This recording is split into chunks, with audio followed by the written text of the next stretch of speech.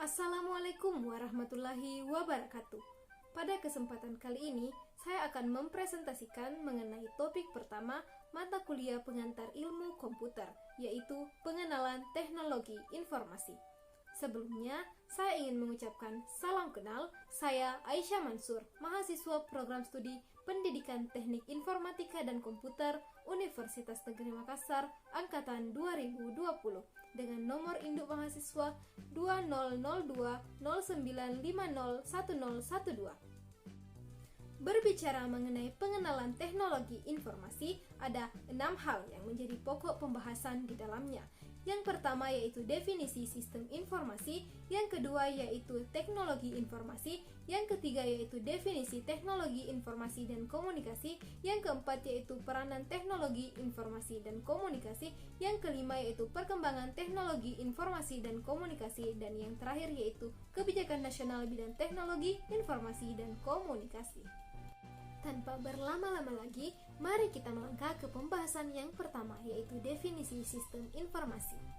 Ada beberapa ahli yang mengemukakan pendapatnya mengenai apa sih itu sistem informasi, antara lain Alter, Hall, dan Wilkinson. Namun, secara umum, sistem informasi adalah kombinasi sejumlah komponen, baik itu manusia, komputer, prosedur kerja, maupun teknologi informasi yang dirancang untuk menghimpun, menyimpan, dan mengelola data menjadi informasi yang berguna untuk mencapai tujuan tertentu. Pembahasan yang kedua yaitu teknologi informasi. Istilah teknologi informasi mulai populer pada akhir dekade 70-an. Teknologi informasi merupakan bagian dari sistem informasi. Istilah tersebut juga mirip artinya dengan teknologi sistem informasi. Teknologi informasi dapat berupa teknologi apapun yang dapat menghasilkan informasi, termasuk di dalamnya teknologi komputer dan teknologi telekomunikasi. Contohnya yaitu perangkat lunak lembar kerja, pembaca barcode, dan gawai. Pokok pembahasan yang ketiga yaitu definisi teknologi informasi dan komunikasi.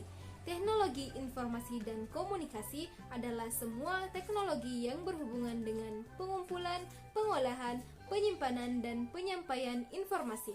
Istilah teknologi informasi dan komunikasi mulai muncul pada paruh abad ke-20 setelah berpadunya teknologi komputer dan teknologi komunikasi sebagai sarana penyebaran informasi. Bidang teknologi informasi dan komunikasi berkembang pesat melampaui bidang-bidang lainnya. Bidang teknologi informasi dan komunikasi telah mempengaruhi seluruh aspek kehidupan manusia, termasuk di dalamnya bidang pembelajaran.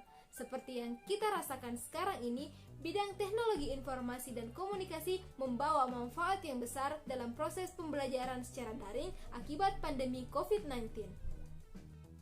Pokok pembahasan yang keempat yaitu peranan teknologi informasi dan komunikasi. Tidak perlu ditanyakan lagi bagaimana teknologi informasi dan komunikasi membawa dampak yang begitu besar bagi segala aspek kehidupan manusia, baik itu di bidang pendidikan, ekonomi, sosial budaya, dan berbagai macam bidang lainnya. Secara garis besar ada 3 peran teknologi informasi dalam kehidupan, yaitu sebagai pengganti peran manusia, memperkuat peran manusia, dan restrukturisasi peran manusia. Dalam hal menggantikan peran manusia, teknologi informasi melakukan otomasi terhadap tugas dan proses. Dalam hal memperkuat peran manusia, teknologi memberikan informasi terhadap tugas dan proses. Dan dalam hal restrukturisasi peran manusia, teknologi informasi melakukan perubahan-perubahan terhadap tugas atau proses. Ada beberapa kecenderungan teknologi informasi terhadap sistem informasi, seperti misalnya ketersediaan informasi dalam bentuk digital semakin meningkat, konektivitas meningkat, kemudahan pemakaian meningkat, dan lain-lain seperti yang dapat kita saksikan bersama pada materi di atas.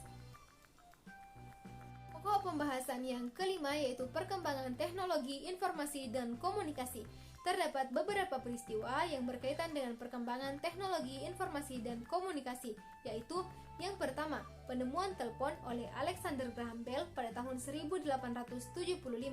Yang kedua, transmisi suara tanpa kabel melalui siaran radio AM pada tahun 1910 sampai 1920. Yang ketiga, transmisi audio visual tanpa kabel melalui siaran televisi pada tahun 1940-an. Yang keempat yaitu komputer pertama beroperasi pada tahun 1943. Yang kelima yaitu penemuan transistor pada tahun 1947. Yang keenam yaitu penemuan rangkaian terpadu pada tahun 1957. Dan yang terakhir yaitu persaingan iptek antara blok barat dan blok timur yang melahirkan mikroprosesor sebagai otak utama perangkat keras komputer dan terus berevolusi hingga saat ini.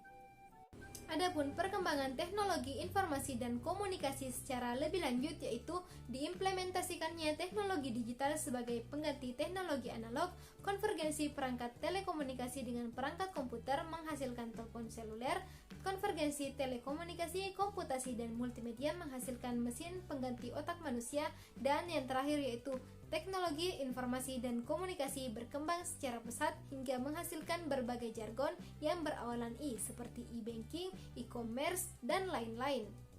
Pokok pembahasan yang keenam yaitu kebijakan nasional bidang teknologi, informasi, dan komunikasi. Kementerian Negara Bidang Riset dan Teknologi telah memberikan arahan mengenai 5 sektor yang perlu diprioritaskan pengembangannya melalui riset. Sektor yang pertama yaitu sektor infrastruktur informasi yang terdiri dari aspek jaringan fisik yang berguna sebagai jalan raya informasi, baik itu pada tingkat jaringan tulang punggung maupun pada tingkat jaringan akses pelanggan.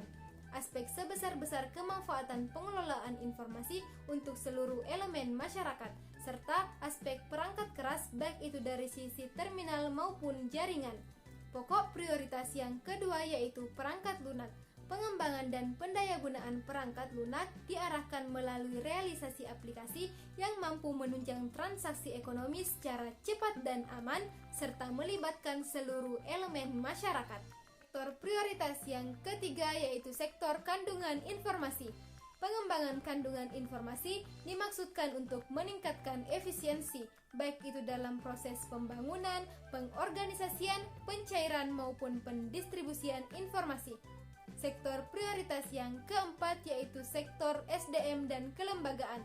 Pengembangan sumber daya manusia dan kelembagaan bertujuan untuk meningkatkan kemandirian dan keunggulan guna mencegah terjadinya kesenjangan keahlian khususnya di bidang teknologi, informasi, dan komunikasi. Sektor prioritas yang terakhir yaitu pengembangan regulasi dan standarisasi oleh Kementerian Negara Bidang Riset dan Teknologi. Program kajian regulasi dapat meliputi penyusunan peraturan perundang-undangan serta penyempurnaan berbagai kebijakan terkait dengan bidang teknologi, informasi, komunikasi, dan broadcasting. Salah satunya yaitu dengan penyempurnaan cetak biru telekomunikasi serta Undang-Undang Telekomunikasi Nomor 36 Tahun 1999 yang sudah tidak sesuai dengan perkembangan teknologi informasi serta tuntutan masyarakat. Sekian yang dapat saya sampaikan mengenai materi pengenalan teknologi informasi. Terima kasih telah menonton video ini. Mohon maaf atas segala kekurangan. Terima kasih juga saya ucapkan kepada Bapak Dr. Mustari S. Lamada SPDMT selaku dosen mata kuliah pengantar ilmu komputer serta teman-teman saya kelas PT IKF UNM 2020. Wassalamualaikum warahmatullahi wabarakatuh.